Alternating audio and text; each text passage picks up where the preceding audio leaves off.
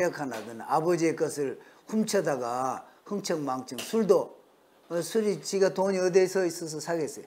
아버지의 돈을 훔쳐다가 그렇게 한 아들이었을 것이다. 그래도 집에서 아들을 잘 기를 의무가 부모에게 있고 아빠에게 있다. 그래서 아빠가 조심을 더 해야 된다, 이런 얘기. 일어나게 놔두어서 그런 일이 발생한 그 집도 화가 있는 것이다. 그래서 그런 걸 사전에 예방하기 위해서 그런 불상사가 자기 집에서 일어나지 않도록 사전 조치를 취해라, 이런 거예요. 그때 맞춰서 하는 그런 부분도 있다. 어떻게 보면 그것을 보호해 주기 위한 하나님의 법이다. 또 토라 포션 49번째 이름은 키테째. 키는 when, 언제. when you go out, 너가 밖에 나갈 때, 이런. 또는 전쟁에 나갈 때 이런 키테째. 이것이 토라 포션의 명칭이고요. 신명기 21장 10절에서 25장 19절 말씀인데 주로 실제 우리 삶과 아주 관련되어 있는 그런 것을 자세하게 하나님께서 법으로 이렇게 딱 정해 놓으셨어요. 그래서 그런 것을 우리 오늘 읽었고, 이사야 54장 1절부터 10절은 하나님께서 은혜를 베푸신다. 지금 내가 잠시 노에서 너희들을 밖으로 내보냈지만은 다시 영원하고 큰 국률로 다시 베푼다. 그 베푸는 기간이 지금 이스라엘이 돌아오게 하고 또 예수님을 믿도록 그들의 완악한 마음을 녹이고 씻고 그러시는 지금 과정에 있습니다. 고린도전서 5장 1절부터 5절은 음행하는 것에 대해서 여기 언급을 했는데 우리가 읽은 말씀 중에도 하나 나와 있습니다. 맨 처음에 21장 10절부터 나오는 것은 21장 10절 여자 포로에 대한 규정이에요. 하나님이 우리들의 연약함을 아시니까 여자를 보고 아무 조항이 없으면은 그냥 데려다 자기 마음대로 기뻐하는 대로 하다가 버리기도 하고 이렇게 할 텐데 그렇게 하지 말고 집으로 데려가라. 우선 집에 거할 곳을 주고 또 머리도 메고 손톱을 베서 자기 부모를 이렇게 애곡하도록 한 달간 애곡하게 하라. 그러니까 그렇게 한 달간을 지켜보고 그러면서 그래도 결혼할 마음이 있으면은 하고 그렇지 않으면은 처음에는 막 그냥 열렬하게 결혼하고 싶은 마음이 있었지만은 한 달간 이렇게 지내보니까 그럴 뜻이 없다. 그러면 그렇게 하지 말라. 그러나 그 후에 내가 기뻐하지 아니하거든 그의 마음대로 가게 하고 결코 돈을 받고 팔지 말지라. 내가 그를 욕보했은즉 종으로 여기지 말지니라. 그래서 지금부터 3,500년 전 법으로 지금 알카에드나 아이시스나 또 여자들에 대해서 더구나 포로에 대해서 취급하는 것을 보면은 잔인하고 또 기준도 없고 그렇게 했었는데 여기는 하나님이 인권을 존중하는 그런 걸 볼 수 있습니다. 또 15절부터는 장자의 상속권. 여기는 한 사람 한 남자가 두 여자와 결혼했는데 한 여자는 사랑하고 한 여자는 덜 사랑하고 이럴 때 덜 사랑하는 여자에게서 아들이 먼저 태어나서 장자가 됐으면은 상속권을 그에게 줘라. 사랑하는 마음이 없을지라도 그 장자권을 인정해서 그렇게 해라. 법대로 해라. 이렇게 한 거죠. 그것이 두 몫을 주도록. 그리고 폐역한 아들에게 내리는 법. 18절에는 법정에서 이제 판결이 나면 이렇게 죽이라 이런 얘기죠. 근데 실제로 그런 일이 있었냐? 거의 없다는 거예요. 이제 랍비들 얘기로는. 그러니까 그렇게 아비가 볼 때 아들이 보니까 부모 말도 순종하지 않고 폐역하고 그런 아들이 혹시 있을지라도 집에서 잘 타이르고 교육해서 잘 기르라 하는 의미가 여기 더 강한 것이지, 어떻게든지 마씨 같은 사람은 여기 폐역한 아들은 아버지의 것을 훔쳐다가 흥청망청 술이 지가 돈이 어디서 있어서 사겠어요. 아버지의 돈을 훔쳐다가 그렇게 한 아들이었을 것이다. 그래도 집에서 아들을 잘 기를 의무가 부모에게 있고 아빠에게 있다. 그래서 아빠가 조심을 더 해야 된다 이런 얘기. 기타 규정은 22절 나무에 단다는 그 성경 구절이 갈라디아서 3장 13절에는 나와요. 한번 보겠습니다. 또 한 군데는 사도행전 5장 30절. 여기에 있는 말씀에 따라서 예수님이 십자가에 달리셨는데 그때 해 지기 전에 그 밤을 이제 이건 세우지 않도록, 그래서 밤새도록 두지 않기 위해서 바로 예수님의 시체를 아리마대 요셉이 가져가는 것을 볼 수 있습니다. 여기 규정에 의해서 그렇게 나온 거죠. 또 22장에 보면은 원문에 보면은 소나 또는 양이나 또는 염소 이것이 길 잃은 것을 보지 말지니라 그렇게 했어요. 그리고 hide yourself from them, 그들로부터서 네 자신을 숨겨라. 그래서 여기 보면은 그런 일이 있으면은 너 그 가서 가져오지 말고 그대로 방치해둬라 이런 것으로 이해하도록 그렇게 되어 있는데, 그러나 그 뜻은 만약에 그 지역에 아주 저명한 인사 같으면은 자기 집에서 잃어버린 그런 거 다시 찾으러 안 나간다.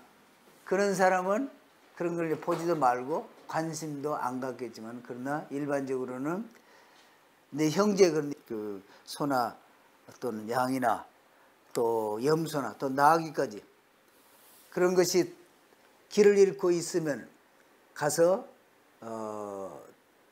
그것을 주인에게 반드시 찾아서 돌려주고, 만약에 주인을 못 찾거든 집에 데려다가 기르다가 주인이 나타날 때까지 그래서 해서 주라 이런 거예요. 예, 그러니까 봤는데 그걸 안 했다.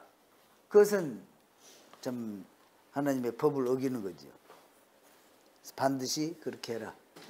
또 의복도 옷도 이렇게 잃어버리고 누가 그 놓고 갔으면은 그것을 못 본 채 하지 말고 이렇게 돌리라. 또 4절에 보면 내 형제 당나귀가 짐을 지고 가다가 무거워서 그냥 엎어졌다. 그래서 주인이 낑낑거리고 일으키려고 하는데 그것을 보고도 그것은 내 몫이야. 난 바쁘니까 간다. 그렇게 하지 말고 가서 도와줘라 이런 얘기. 그러나 여기에 또 하나 얘기를 하는 것이, 만약에 주인은 가만히 있는데 너는 그 법에 따라서 도와줘야 될 의무가 있다 그러면서 도와주기만을 바라보고 있는 그런 경우는 안 해도 된다. 네 책임이 없다. 이렇게 랍비가 또 설명하고 있어요.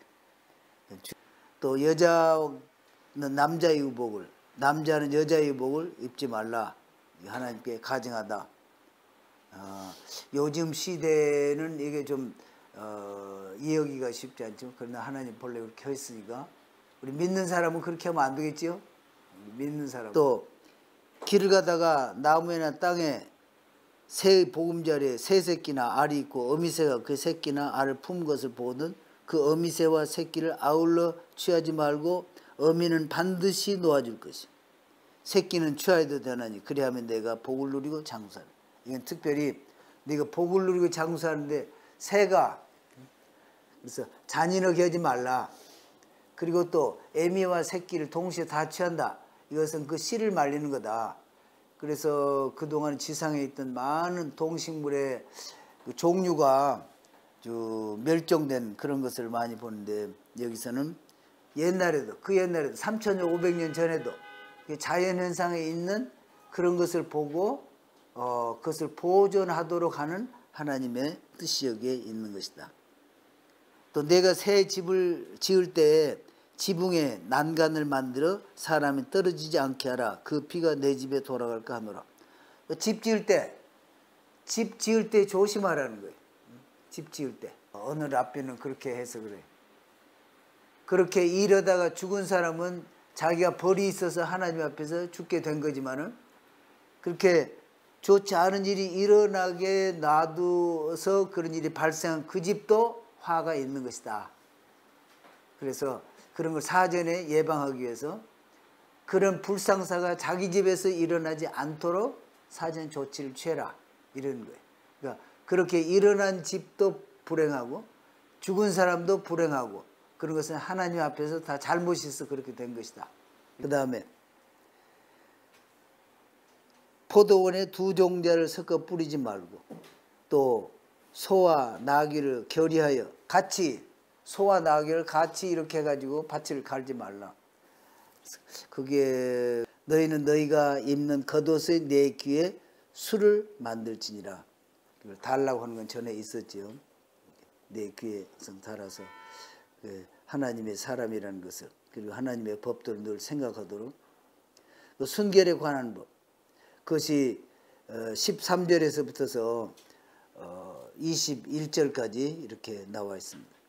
어떤 사람이 아주 악한 마음으로 결혼했는데 그 마음에 안 들어가지고 이 사람은 처녀가 아니었다, 그렇게 해가지고 장로들에게 데려가서 아주 그 비방거리를 만드는 그런 사람인데, 그때 그 처녀의 아버지가 증거를 제시를 하면은 오히려 그 비방거리를 만들었던 사람을 아주 곤장으로 때리는, 그래서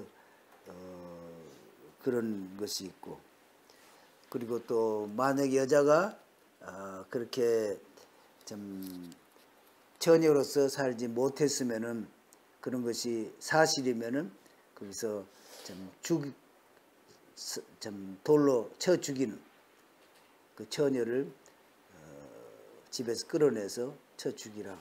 그래서 순결을 유지하라, 이렇게. 22절은 어떤 남자가 유부녀와 동침한 것이 드러나거든 그 동침한 남자와 여자를 둘 다 죽여 이스라엘 중에 악을 제할지니라. 예수님 앞에도 그렇게 가늠한 여자를 데려왔잖아요. 현장에서 가늠한 여자를 데려왔다. 그런데 예수님은 오히려 용서를 해주시고, 그런데 거기에 이제 사람들이 판단할 때는 현장에서 가늠했으면 왜 남자는 안 데려오고 여자만 그렇게 데려오냐, 이건 예수님을 시험하려고 온 것인 걸 아시고 그렇게 한 것이다, 이렇게도 판결하지요. 처녀인 여자가 남자와 약혼한 후에 어떤 남자가 그를 성읍 중에서 만나 동청. 여기서 처녀인 여자가 남자와 약혼한 후에, 여기서 약혼이라 하는 것은 결혼이나 거의, 그러니까 같이 살고 그런 것만 아니고 확실하게 결혼을 이제 보증하는 그런 약혼이라는 거예요. 여기로 약혼을 한 여자가 다른 남자와 이렇게 동침을 했다. 그것은 쳐 죽여라. 둘 다 쳐 죽여라, 이렇게. 그리고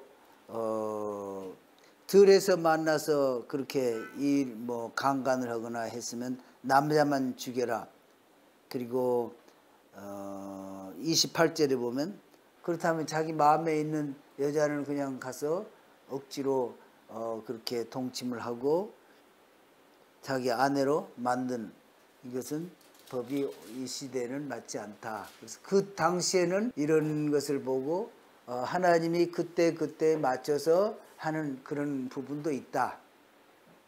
어떻게 보면은 성전이 파괴됐으니까 제사 못 드리잖아요. 그런 여자의 약한 그것을 보호해 주기 위한 하나님의 법이다. 또 사람이 그의 아버지 아내를 취하여 아버지 하체를 드러나지 말지니라. 여기 30절은 이 히브리어 성경에서는 23장 1절로 되어 있어요.